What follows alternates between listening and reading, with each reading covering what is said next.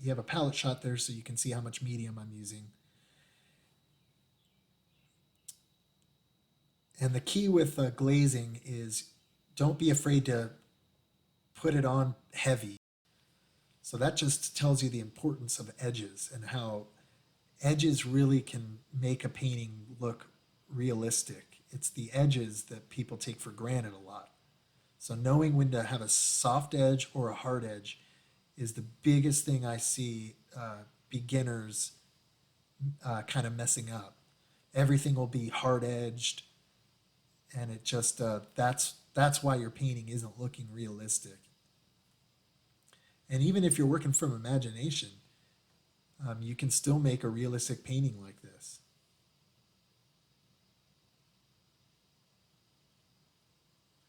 So now I'm taking, basically the surface up here has a little bit of a light glaze that I carried up, so it's a little bit wet. And I'm taking opaque paint. It's basically white, yellow, and orange. And I'm just kind of very lightly scumbling in with a round brush the suggestion of a cloud. And now I'm going to dip my palette knife into a red and kind of smudge that up there. And then I dip a paper towel in a little bit of medium so I get the tip of the paper towel wet. And I'm going to kind of blend out that cloud there in the sky.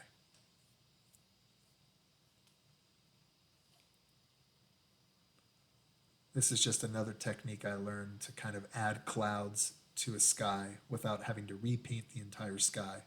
It allows you to soften a cloud into the sky without having to rely on blending a cloud in wet paint. So that's another benefit of oiling out your surface is you can get soft edges without having to repaint the entire sky.